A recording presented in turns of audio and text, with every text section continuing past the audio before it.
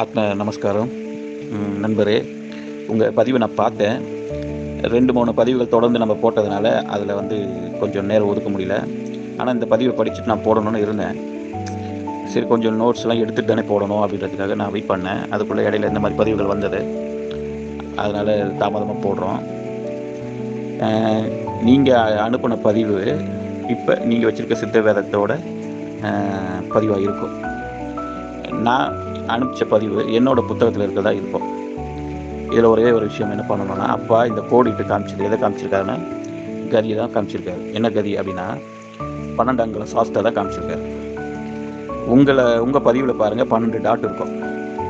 ஆனால் என் பதிவில் பார்த்தீங்கன்னா 11 டாட் தான் இருக்கும். ஆனால் அதுக்கப்புறம் கமா வச்சு போயிருப்பாங்க. அதுக்கப்புறம் தொடருது அப்படின்னு சொல்லி வச்சுருப்பாங்க. பழைய பதிப்பகத்துலேயும் புது பதிப்பகத்துலேயும் ஒரு வித்தியாசங்கள் வருது. அப்போ இந்த 12 அங்குல சுவாசத்தை தான் அப்பா என்ன பண்ணுறாரு, கோடிட்டு காட்டுறாரு. இந்த 12 அங்குல சுவாசம் நமக்கு எப்போ வரும்? தூங்கும்போது நேராக வரும். அப்போ எழுந்திருக்கும் போது சுவாசம் என்ன சுவாசம் வருது? 8 அங்குல சுவாசம் தான் வருது. அப்போ அப்பா என்ன பண்ணுறாரு, இந்த சுவாசத்தை நமக்கு காமிச்சு கொடுத்துருக்காரு. 12 அங்குல சுவாசத்தை காமிச்சு கொடுத்துருக்காரு. இப்போ இந்த 12 அங்குல சுவாசத்தை நம்ம எப்படி கொண்டு வரணும் அப்படின்னு சொன்னால், அப்பா என்ன சொல்கிறாரு, மறிக்க படிக்க வேண்டும் அப்படின்னு சொல்கிறாரு.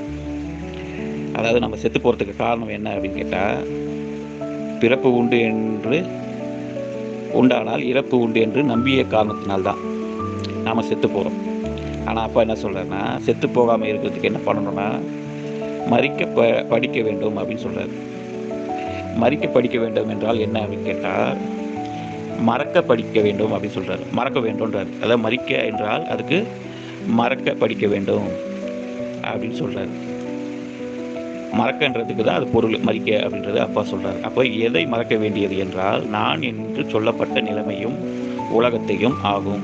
அப்படி மறந்து தன்னுடைய ஜீவனை உள்ளில் அடக்க வேண்டும். அந்த மார்க்கத்தை படித்து ஜீவனை அடக்கம் செய்தால் செத்துப்போக இடம் உண்டோ அப்படின்னு கேட்குறாரு. அப்போ நான் என்ற அகங்காரம் ஒருவனுக்கு மறக்குது அப்படின்னு சொன்னால் அவனுக்கு 12 அங்குல சுவாசம் ஓடிடும். இந்த 12 அங்குல சுவாசத்தில் 4 அங்குல சுவாசம், நம்ம அதை பற்றி தான் ரொம்ப கருத்துக்கள் சொல்லியிருக்கோம். 4 அங்குல சுவாசம் வெளியே போகும். இந்த 4 அங்குல சுவாசம் வெளியே போகிறதுனால மனிதன் செத்து போயிடுறான். அப்போ நாம் அந்த 4 அங்குல சுவாசத்தை உள்ள அடக்கி தன்னை மறந்தால் தான் அது நீளும். அப்போ என்ன சொல்கிறாரு, மறக்க வேண்டியதாகும். எதை என்றால் அகங்காரத்தையும் இந்த உலகத்தையும். அப்போ இந்த உலகத்தையும் அகங்காரத்தையும் நம்ம எப்போ மறக்கிறோம்னா, தூங்கும்போது மறக்கிறோம். அப்போ நீண்டு ஓடுது. யார் ஒருவர் தூங்கும்போது நடக்கிற கதியை தூங்காமல் இருக்கும்போது கொண்டு வராரோ அதுவே மோட்சத்திற்கான கதின்னு சொல்கிறாரு. அப்போ தூங்கும்போது அறியாமையில் நடக்கிற ஒரு விஷயத்தை நாம் உட்காந்து அறிவோடு செய்யணும், அறிஞ்சு செய்யணும். ஆனால் அகங்காரத்தை விட்டு உலகத்தை மறந்து செய்யணும். அப்போது கதி நேர்கதி ஆகிடும். 12 அங்குல சுவாசம் ஓடிடும். அந்த கதியாகவும் நாம் உமக்கு காட்டி கொடுத்தது அப்படின்னு சொல்லி அந்த 12 அங்குல சுவாசத்துக்கு தான் அந்த 12 டாட்டு வச்சு இப்போ வர புத்தகத்தில் அது தெளிவாக இருக்குது. அப்போ வர புத்தகத்தில் ஒரு 10 டாட்டு 11 டாட்டை வச்சு அது ஸ்டார்ட் பண்ணுறதுக்கு கமா போட்டு ஸ்டார்ட் பண்ணியிருக்காங்க. நம்ம புத்தகத்துக்கும் நீங்கள் அமைச்ச புத்தகத்துக்கும் இதுதான் வித்தியாசம். அப்போ இப்போ ரொம்ப விஷயங்கள் தெளிவுபடுத்தி போடுறாங்க. அப்போ சூட்சமாக சில விஷயங்களை சொல்கிறாங்க. அப்போ நம்ம அந்த பழைய புத்தகத்துக்கும் புதிய புத்தகத்துக்கெல்லாம் இருக்கக்கூடிய வேறுபாடு இப்போ ரொம்ப சிறப்பாக பண்ணிட்டு இருக்காங்க தானே இது அர்த்தம். ஏன்னா இப்போ கரெக்டாக 12 டாட்டை வச்சு நம்ம காமிச்சிருக்காங்க. என்னோட பதிவில் 11 டாட்டு இருக்குது.